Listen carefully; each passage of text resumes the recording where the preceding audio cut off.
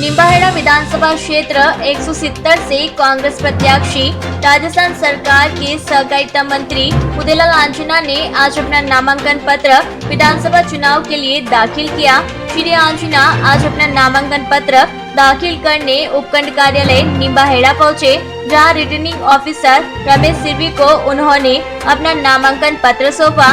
पेश कार्यालय स्थित कांग्रेस कार्यालय से जब सुबह उदयलाल आंजना अपने समर्थकों के साथ निकले तो मानो पूरा निम्बाहेड़ा ही उदय में हो गया।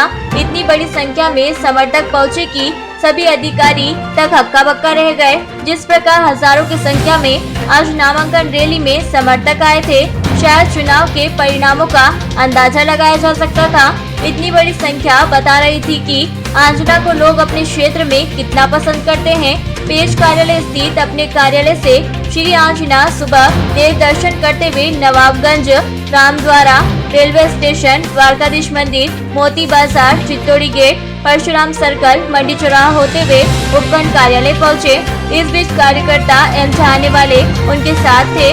उदयलाल आंजना के पक्ष में लालों के लाल है भैया उदयलाल है, गोरे गोरे गाल है भैया उदयलाल है जैसे नारे लगा रहे थे।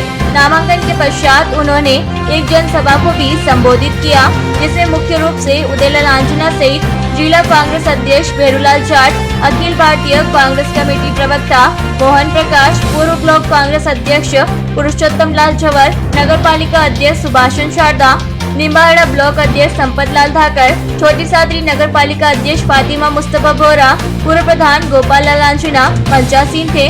कार्यक्रम का संचालन पूर्व विधानसभा युवा कांग्रेस अध्यक्ष एवं पार्षद रवि प्रकाश सोनी ने किया। आंजना ने सभा को संबोधित करते हुए भाजपा को चारों ओर से घेरा एवं भाजपा द्वारा लगाए गए सभी आरोपों का अपने ही अंदाज में जवाब दिया कि राजस्थान में कांग्रेस की सरकार ने किसानों के हित में कई कार्य किए हैं। भाजपा प्रत्याशी ने जो आरोप लगाए हैं उनका जवाब विकास कार्य करके हमने दिया है, कानून व्यवस्था में सुधार किया है, सट्टा बंद करवाया है। भाजपा सरकार में डोडा चूरा नस्लीकरण के 20,000 रुपए लिए जाते थे। पिछले 5 सालों में कांग्रेस सरकार के राज में मैंने किसानों का 1 रुपया भी नहीं लगने दिया है। आगे उन्होंने बताया कि इस बार कांग्रेस कई मुद्दों को लेकर चुनावी मैदान में उतरी है, जिसके तहत हर परिवार की महिला को साल में एक बार 10,000 रुपए दिए जाएंगे। सभी को गैस सिलेंडर 500 में दिया जाएगा। बच्चों को कॉलेज जाते ही लैपटॉप दिए जाएंगे जिससे वो पढ़ाई कर सके। आदि कई योजनाओं को लेकर कांग्रेस चुनाव लड़ रही है और कांग्रेस सरकार बनते ही इन वादों को पूरा करेगी। भाजपा सरकार आरोप लगाने का कार्य करती है। आरोप लगाकर राजनीति नहीं की जाती, जनता के बीच रहकर राजनीति की जाती है। वो प्यार है बच्चों का और युवाओं का, इसलिए वो मन से नारा निकलता है, दिल से नारा निकलता है, तो उनका प्यार है और यही आगे कर रहे हैं। जो भी मुद्दे हैं सब यहाँ बोलूँ, आप नोट कर लें। एसडीओ के साइन हो गए, उसके बाद मैंने साइन किए, उससे पहले नहीं किए। अगर मैं उस समय साइन नहीं करता तो आरोप लगता है कि ये किसान नेता बनते हैं और किसानों का गला घोट रहे हैं। जिनकी जमीन आवंटन होने वाली थी उदयलाल जी के साइन से वो निरस्त हो गई, तो मैं कैसे जवाब देता मेरी जनता को, इसलिए मैंने साइन किए हैं। मैं नहीं मानता कि भ्रष्टाचार हुआ होगा, तो भ्रष्टाचार हुआ तो शिकायत करिए। दूध का दूध और पानी का पानी, पहले शिकायतें चल रही है। कलेक्टर साहब ने 2 बार जांच कर लिए, नए कलेक्टर साहब आ गए हैं, उनसे और जांच करा दूंगा। लेकिन इस प्रकार से बेबुनियाद आरोप लगाने की कोई आवश्यकता नहीं है। चुनाव जीतने के लिए इस प्रकार की बातें कर रहे हैं, इसलिए मैं तो आपसे यही कह रहा था, तो झांसे में आने की जरूरत नहीं है। मेरे पे लगाते हैं आरोप मर्डर का। उदयलाल जी के राज में मर्डर हो गए, इनके लोगों ने मर्डर कर दिए। एक मर्डर की एफआईआर दर्ज हुई और मुलजिम जेल में है, कोर्ट से जमानत पे छूटे हैं। फैसला कोर्ट करेगी। जनता ने तो पहले फैसला कर दिया। ये उपस्थिति बताती है कि ऐसे आरोप उदयलाल पे नहीं लगाए जा सकते। इसमें कोई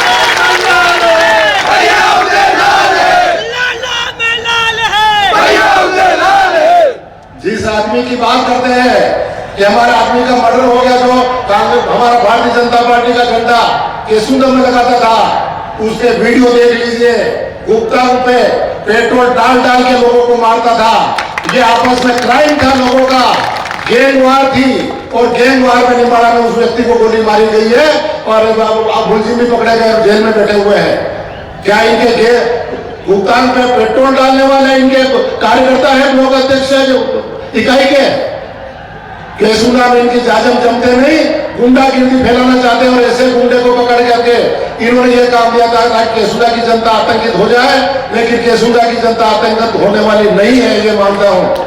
इनको केसुदा से तकलीफ ये है कि जब केसुदा की बेटी खुलती है तो जितने भी भारतीय जनता पार्टी के वो एजेंट बैठे रहते हैं काउंटिंग में, वो बाहर निकल जाते हैं, विचलित हो जाते हैं।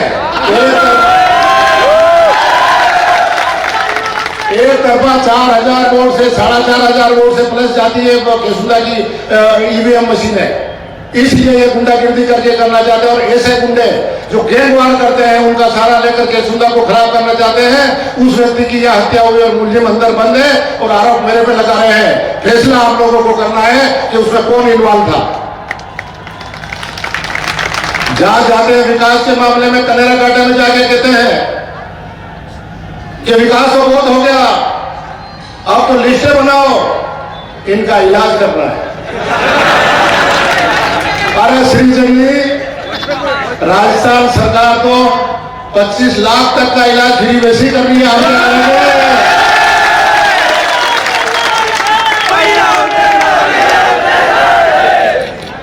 आपके पास जितने भ्रष्टाचार का पैसा हो, लेकिन आपका भी बीमा कर रखा है, बीमार हो जाएंगे तो आपका इलाज भी फ्री कराएंगे।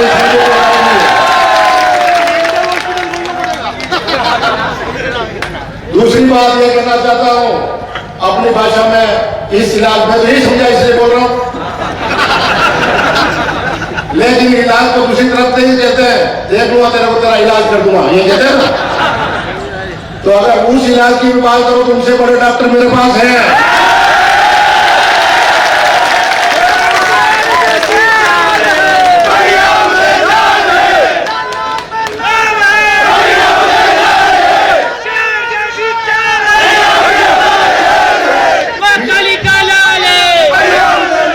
किसी भी कार्यकर्ता को डरने की जरूरत नहीं। सरकार भी कांग्रेस की आएगी और खुदा का नहीं आई तो किसी कार्यकर्ता की तरफ आंख उठा कर देंगे तो उदयलाल आंखना पहले खड़ा मिलेगा। इस मंजिल तक यहाँ तक वैसे ही नहीं पहुंचा हूं। इनके गो से लड़ाई करके प्रधान बना था। याद कर लीजिए घटना 1988 की, जब किस प्रकार से चुनाव हुए थे और किस प्रकार से मैं प्रधान बना था। जिन लोगों की क्षेत्र में गुंडागिर्दी थी, कांग्रेस आदमी टिकट लेने के लिए तैयार नहीं था, वहां उदयलाल चुनाव लड़के फिर राजनीति कर रहा है।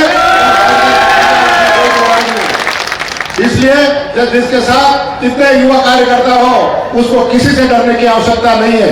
इसलिए कार्यकर्ता साथियों, संगठन मजबूत रखिए।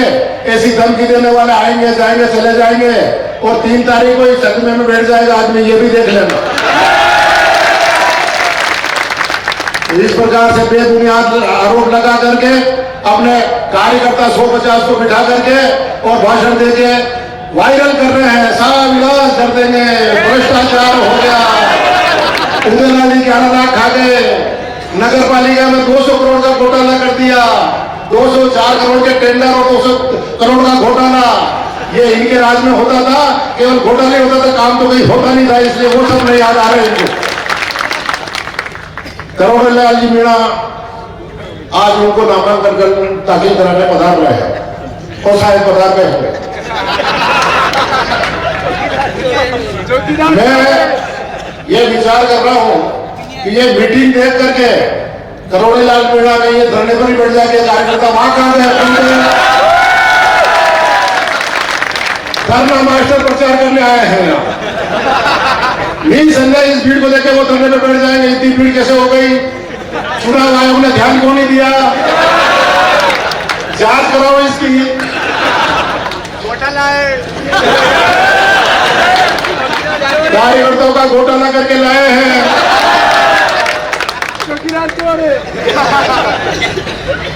आदमी जब विचलित होता है ना तो दिमाग उल्टा सीधा थोड़ा हो जाता है, इसमें तो कोई जोड़ नहीं। मैंने उनके पूरे कैसेट सुनी, उसमें यह भी कहा कि ये अस्पताल हमने बनाया।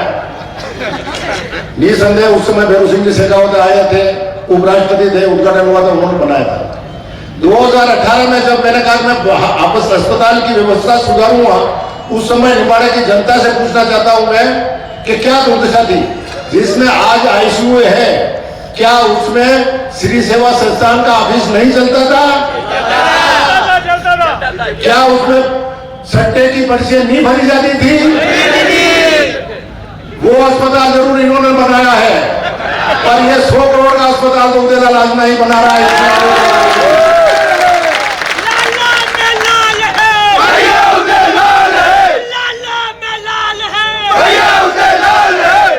जो इस प्रकार की बातें करने वाले आदमी निसंदेह विचलित हो जाते हैं, तो इतनी भीड़ देख के तो हर कोई विचलित हो सकता है। अगर मेरी सभा इतनी कमजोर होती तो मैं भी विचलित हो जाता, इसलिए बुरा मत मानना सिंह की बात पर। तो बहुत अच्छी संख्या में आप पधारे, नामांकन कराया, उनकी बातों का जवाब आपकी भी समझ आप में आ गया है। सबको कहना है कि इस प्रकार की मिथ्या बातें करने से आदमी वोट लेने का प्रयास नहीं करे। और राष्ट्रीयकरण के मामले में 1 रुपया आगे भी कभी नहीं लगने दूंगा। ये फिर पुनः वादा करता हूं कि ये साल की खेती है, इसलिए कभी नहीं तोड़ने दूंगा। आवंटन की बात है तो मैं प्रधान था जब आवंटन किया, पहली बार विधायक था तो आवंटन किया, दूसरी बार विधायक था तो आवंटन किया, तीसरी बार विधायक था तो आवंटन किया, और आगे भी जमीन पड़ी मिलेगी तो फिर आवंटन भी जारी रहेगा, इसमें कोई दो राय नहीं। विकास को इसी गति से किया जाएगा। पैसा वही है, मैं कहीं बाहर से नहीं लाया। वसुंधरा विहार के मामले में आरोप लगा रहे हैं कि गरीबों के लिए हमने काटी थी कॉलोनी, लेकिन इन्होंने बेच दी। अरे भैया, गरीबों के लिए तो जन आवास योजना में मकान बन गए हैं, उनको मकान दे रहे हैं। ये जमीन तो व्यवसायिक हित के लिए काटी थी। आप होते तो लाठी निकाल के अपने चहेतों को पूरी वसुंधरा कॉलोनी दे देते, लेकिन वो हमने नहीं देने दी।